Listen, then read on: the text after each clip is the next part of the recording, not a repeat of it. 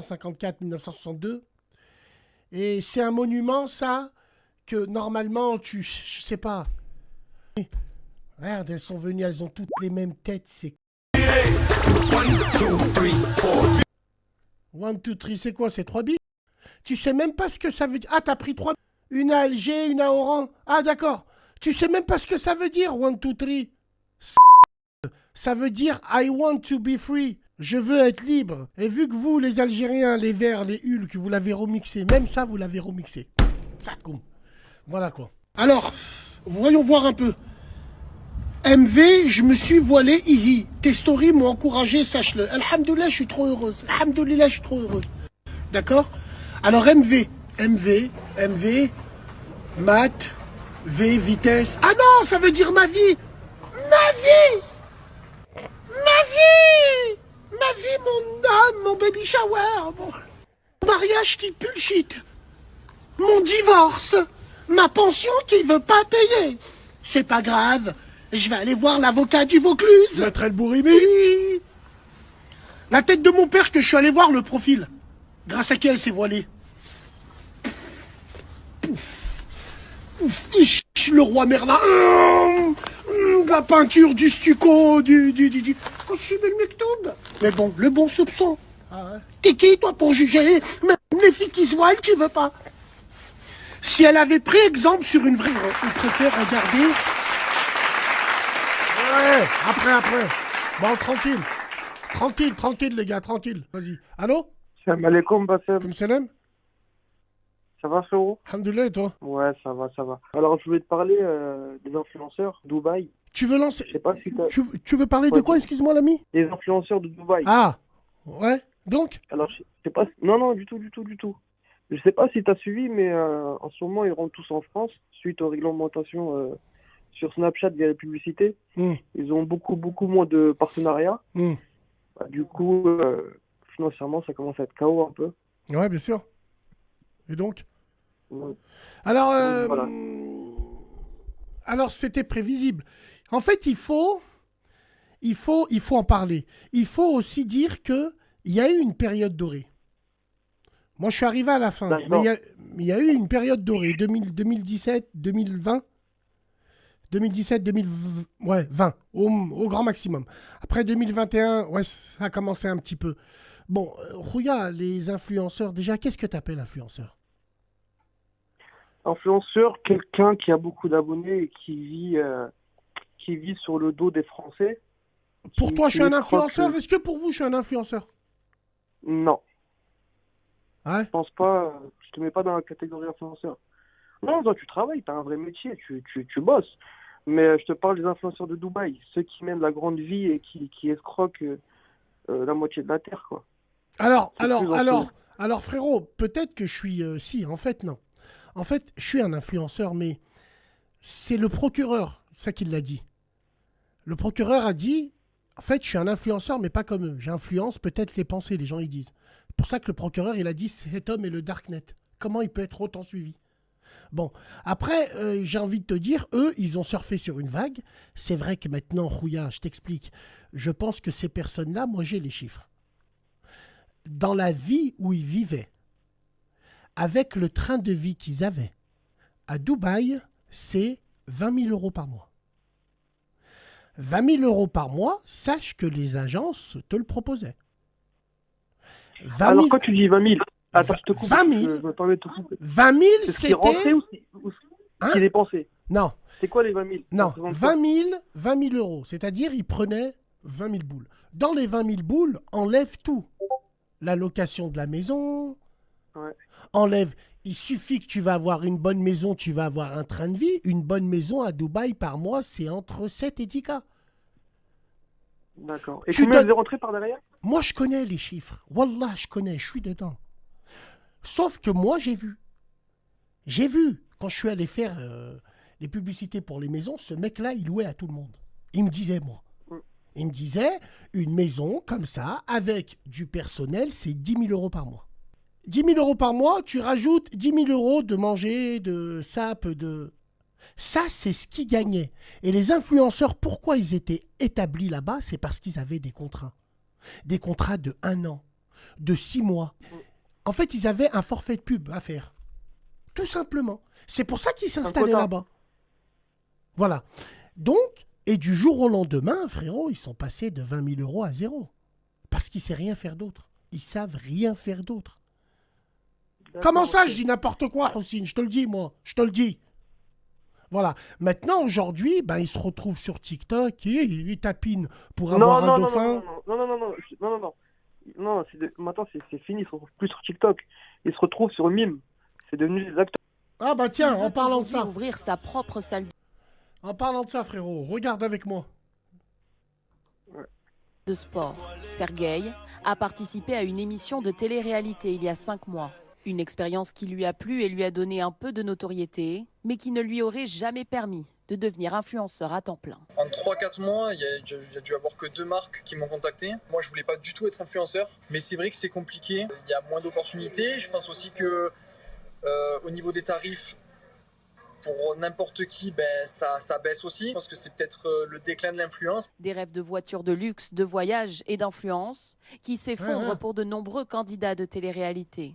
Après les multiples dénonciations du rappeur Booba sur les dérives du milieu de l'influence et l'adoption d'un texte interdisant la promotion de certains produits, les revenus de nombreux influenceurs ont considérablement diminué. Et certains s'en plaignent sur les réseaux sociaux. Booba nous a tué le business. Car leurs revenus se sont effondrés. Ils avaient à l'époque en termes de revenus entre 40 000 50 000 euros par mois et aujourd'hui en termes de revenus ils se retrouvent effectivement à 5 000 euros environ par mois et ils n'ont plus la possibilité justement de parler des sujets qui à l'époque rapportaient beaucoup, je le rappelle, voilà, parler de la chirurgie esthétique, parler des produits médicamenteux, parler effectivement de produits financiers. Face aux craintes des influenceurs, le ministre de l'économie Bruno Le Maire leur a promis jeudi dernier de clarifier la loi de régulation de l'influence commerciale adopté en juin. Voilà. C'est aussi simple que ça. Ouais, j'ai vu. Voilà. On regarde en même temps que toi. Après, eux, c'est des gens vides. C'est tous les mêmes profils. Il y a d'autres influenceurs, ceux qui sont rentrés dans les familles. Les influenceurs dont tu parles à la machine, à café. Les influenceurs qui divisent dans les pensées, les influenceurs qui... Il y a des créateurs de contenu, frérot. Moi, je vais le dire. Enfin, pas les influenceurs, mais les gens, s'ils ne sont pas dans la création de contenu, ils sont morts. D'accord. Ça veut dire que toi, ça veut dire qu'aujourd'hui, il y a 2 catégories. Il y a les info-vileurs, là, je sais pas quoi, les voleurs, là, et les influenceurs. Ah ouais, Rouya, mes frérots, on le voit. Eux, en fait, ils ont rien. Poupette, tu prends Poupette, elle l'a mise à tout le monde. Poupette, c'est du stalinisme. Frérot, c'est du travail d'orfèvre. Même les néviciles de la reine-mère, ils n'y arriveront pas à faire ce qu'elle a fait là. Tout est calculé au millimètre. Au micron près, tout est calculé. Et c'est chapeauté de haut depuis longtemps. Tout simplement, elle c'est de la création de contenu. C'est du miroir de toutes les biatchs qui sont avec un métis. Ah, il est parti, il est revenu, il m'a niqué, il m'a pas niqué. Mais wallah, c'est vrai, je te le dis, frérot. Et même ces frasques, c'est fait exprès. Elle fait, tout est calculé. Putain, les gars. Et dis-toi que zéro talent, Poupette. Mais talent. Elle a du talent parce qu'elle vous l'a mise. Rien que pour ça. Frérot, elle a du talent. Elle a du talent, sinon elle serait pas là. Elle a du talent, sinon elle serait pas assez suivie. Il y a des gens dans l'influence où l'institution se sont mis derrière eux et les mettent en avant. Ils vont les jeter bientôt. Très bientôt. Poupette ne fait pas partie de ces gens-là. Il y en a, ils sont poussés par les institutions, par les réseaux. À partir du moment où tu es poussé par une institution, par TikTok, par Snap, tu sais que tu es une denrée périssable. C'est qu'ils ont déjà prévu le prochain. Tout simplement. Et vous allez voir si moi je mens. Les seuls qui résisteront, entre guillemets, c'est les NIA. C'est les créateurs de contenu.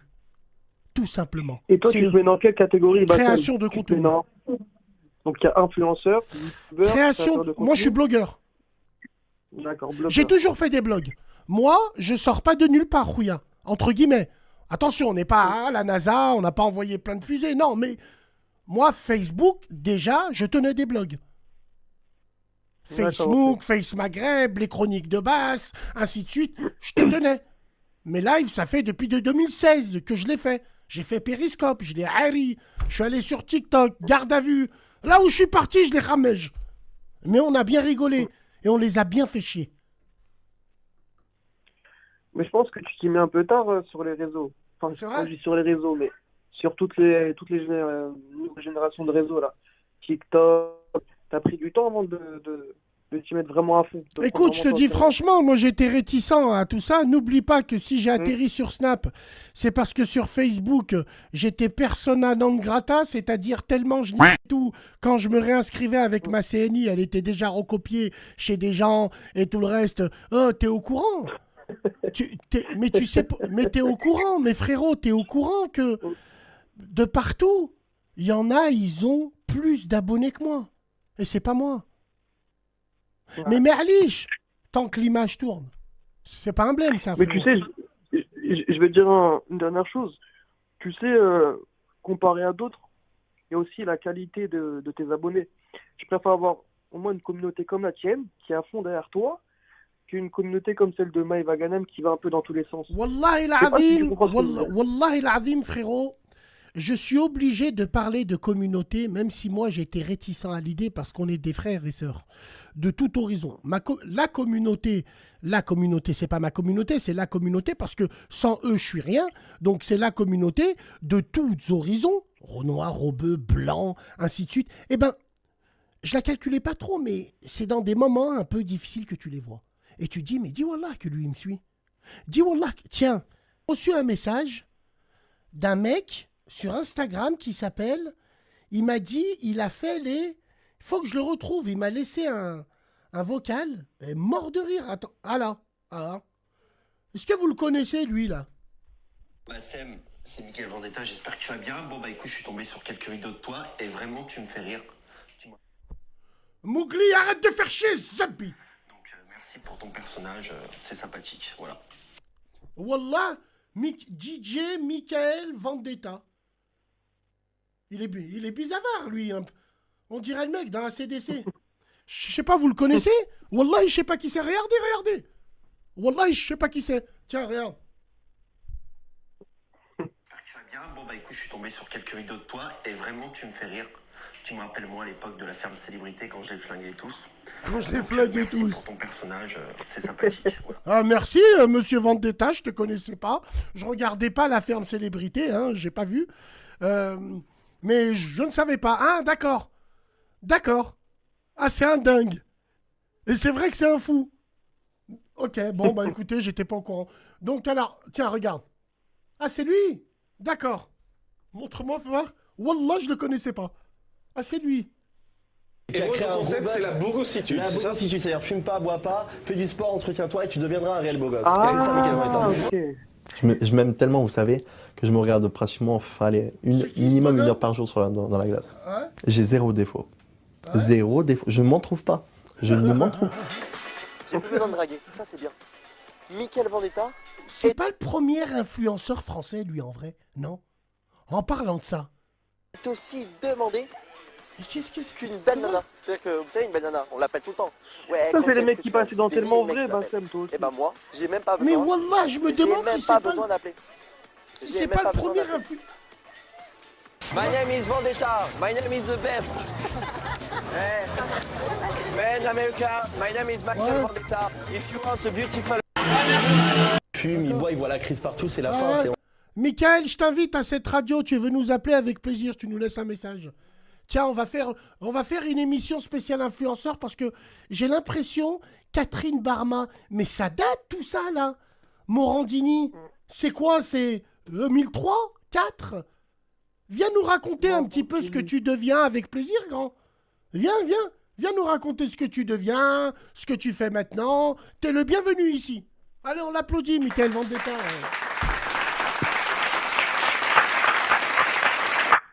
Il applaudit l'autre. Bon, c'est pas grave. Bon, allez, vas-y. Mais voilà, maintenant, toi, tu suis qui, frérot? Franchement. J'invite aussi...